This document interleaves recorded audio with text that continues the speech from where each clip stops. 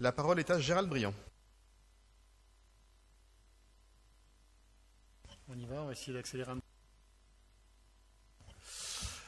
Alors, que je vois la bonne page, c'est bon. Donc, nous avons une grosse subvention qui concerne le Centre d'action sociale protestant, le CASP, pour son action auprès des jeunes en errance au titre de 2020. Donc, le jeune en errance aussi qu'on appelle les mineurs isolés ou ceux de la Goutte d'Or qui sont aujourd'hui dans les difficultés que vous connaissez. Alors, c'est une grosse subvention parce que la ville de Paris met les moyens sur un sujet qui a défrayé un petit peu la chronique, qui depuis 2 ans met la pression sur tout un quartier. Alors c'est un sujet qui est très difficile parce qu'on a affaire à des jeunes très très jeunes. On a trouvé des gens qui avaient moins de 10 ans, qui sont donc des mineurs non accompagnés, qui vivent dans la rue. Et donc il a fallu imaginer des dispositifs pour des gens qui sont un petit peu des populations avec qui on n'a pas trop l'habitude quand on est travailleur social ou quand on s'occupe de justice ou quand on s'occupe de collectivités territoriales, d'être confronté. Donc c'est un phénomène qui est dans quelques grandes villes. Il y en a Barcelone, on a d'autres villes qui sont soumises à ce phénomène. Alors depuis 2 ans, notre dispositif est monté en régime, et donc c'est pour ça que la subvention que vous votez est assez importante et commence à donner des résultats. Donc ce qui est intéressant. D'ailleurs, vous avez vu que depuis quelques moments, on entend un peu moins parler. C'est aussi parce que ça a été long à mettre en place, parce qu'il a fallu trouver des personnels. C'est même pas des travailleurs sociaux qu'on a besoin, c'est des travailleurs sociaux plus qui sont un petit peu habitués à des missions de rue qui sont extrêmement difficiles. Donc ce dispositif commence à fonctionner, commence à donner des résultats. Aujourd'hui, on faisait le point pour cette délibération. Ce soir, on avait 17 jeunes qui dormaient dans des hébergements, alors qu'on était plutôt en moyenne de 6-7 il y a quelques semaines. Donc c'est un petit peu mieux, même si on a eu des conséquences de l'évacuation, parce que aussi qui s'est passé il y a quelques mois, les phénomènes sont reportés, les gens ne disparaissent pas quand on enlève sur un lieu. Donc voilà, j'en profite de cette subvention pour saluer le Centre d'action sociale protestant, qui font un travail formidable et qui est vraiment très très difficile, il faut le savoir. On n'embauche pas des gens comme ça. Si quelqu'un veut travailler dans ce secteur, je peux vous dire que là, il y a de l'embauche, mais c'est quand même très très difficile. Donc je vous demande de voter la subvention. Il y a une question. Sandrine May. Merci. Oui, je voudrais dire que vraiment, ça a été une très bonne initiative de créer d'organiser cette aide pour ces jeunes. Parce que vraiment, l'aide est quand même assez bien adaptée à leurs besoins. Ce sont des jeunes très volatiles, très difficiles à recentrer.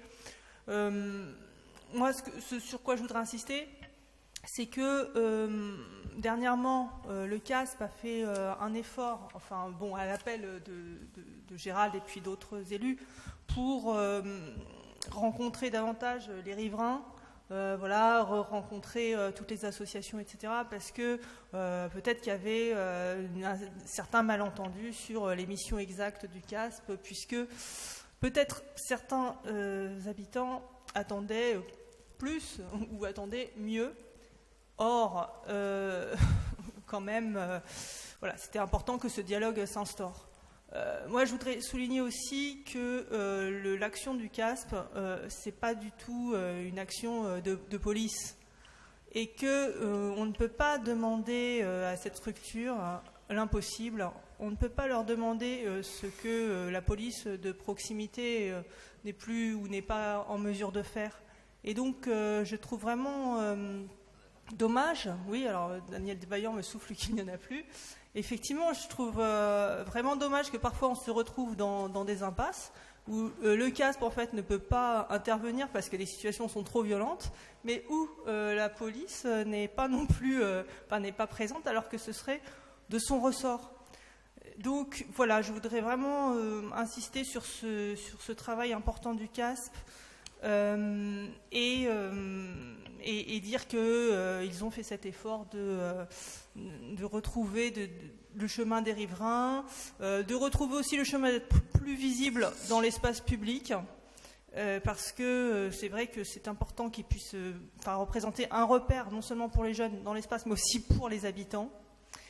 Et que moi, je trouve que vraiment leur action est visible, évidemment, avec des hauts et des bas. Mais là, j'étais encore, je raconte ma vie, j'en profite.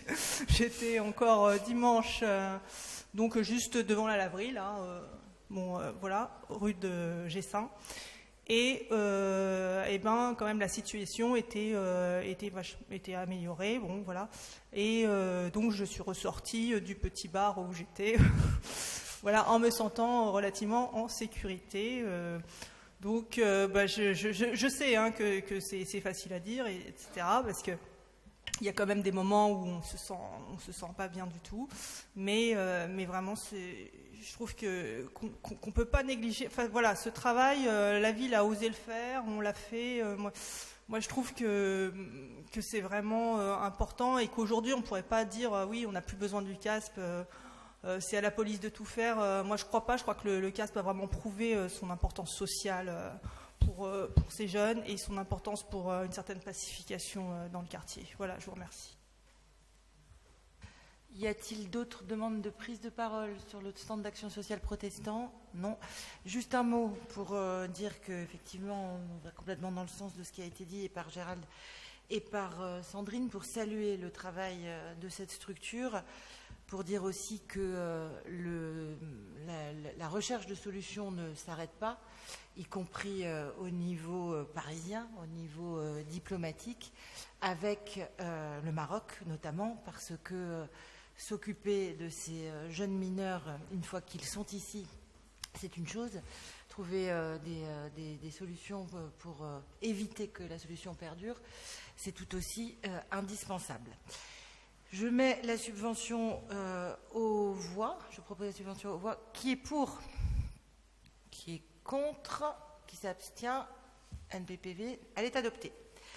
La DASES 335, Gérald Briand. Alors là, c'est un projet, un joli projet qui est porté, qui s'appelle Maison Bakita et qui est porté par la paroisse et l'Église de Paris. Donc je me fais une joie de soutenir. Donc ça concerne en fait et ça regroupe 40 associations et paroisses qui organisent des activités de formation de bénévoles, de couture, de bricolage, d'électricité, de cours de français, de mini-crèches pour les migrants et enfants et cuisine partagée. Donc c'est dans un ancien bâtiment, des locaux du Greta. Donc c'est un projet qui est un beau projet qui s'occupe des réfugiés et des migrants. Voilà. Je fais la suivante aussi. Allez, on est parti. Et ensuite, la suivante, que je la retrouve, 421, 93 rue de Clignancourt. Ah oui, donc là, pour ceux qui connaissent, donc, vous savez qu'il y a, c'est au-dessus donc, de la boutique Emmaüs, il y a un projet, en fait, on va créer un centre qu'on va qualifier de... Attendez que je ne me trompe pas, c'est pas un CHU celui-là, c'est une résidence sociale, ça y est, je me fais corriger, c'est bon, il y en a qui suivent, voilà, une résidence sociale. Donc c'est un projet tout simplement de résidence sociale qui va permettre donc la construction d'une résidence dans laquelle nous, l'État et Emmaüs aussi pourra peupler. Emmaüs notamment va s'en servir pour peupler tous les résidents qui travaillent sur la boutique. Donc c'est un beau projet qui ont une résidence sociale et on se fait une joie de les accueillir. Et notamment, je pense que c'est bien aussi par rapport à ce qu'on disait en tout début de séance avec le décès de Christelle, voilà, c'est aussi ce type de dispositif qu'il faut qu'on multiplie parce qu'ils doivent servir aussi à retirer des gens de la rue qui sont en grande difficulté. Merci. Michel Nerneuf. Oui, Gérald, je voulais quand même simplement préciser que ce n'est pas une résidence sociale exactement conforme à toutes les autres résidences sociales. C'est l'espèce de latitude qui est laissée à Emmaüs pour accueillir ses compagnons. Donc, voilà, parce que vous savez que Emmaüs bénéficie comme ça d'un certain nombre de privilèges. Entre autres, il peut tout à fait prendre comme pour compagnons, puisque c'est les compagnons qui travaillent en bas et qui vont loger là. Et ils peuvent très bien prendre des compagnons qui ne sont pas relevables du logement social, par exemple. C'est-à-dire qu'ils n'ont pas la carte de séjour ou des choses de ce genre-là. Donc, c'est quelque chose de très, très, très intéressant. Précision utile. Y a-t-il d'autres demandes de prise de parole? Monsieur Honoré. Oui, Nous allons voter ces 3 délibérations. En particulier, je voulais saluer le travail de la maison Bakita que nous avons visité avec Pierre Bournazel et parler des résidences sociales. Alors, j'en ai visité une lorsque nous l'avions inaugurée, rue Léon. C'est remarquable. J'avais été épaté par le travail de l'architecte qui avait fait quelque chose de vraiment très très bien, avec des petites surfaces, et qui est capable, dans une petite surface, aménager un petit logement pour les personnes maintenant qui ne sont plus sans domicile fixe, mais qui est justement long. Et donc je suis très heureux qu'il y ait cette résidence sociale. Alors vous dites que c'est pour les compagnons d'Emmaüs, ça me convient très bien, c'est parfait. Voilà, je vais le voter avec grand plaisir. Ces 3 délibérations. Merci. Alors, sur la DAZES 335, qui est pour unanimité, DLH 421, qui est pour, elle est adoptée à l'unanimité aussi.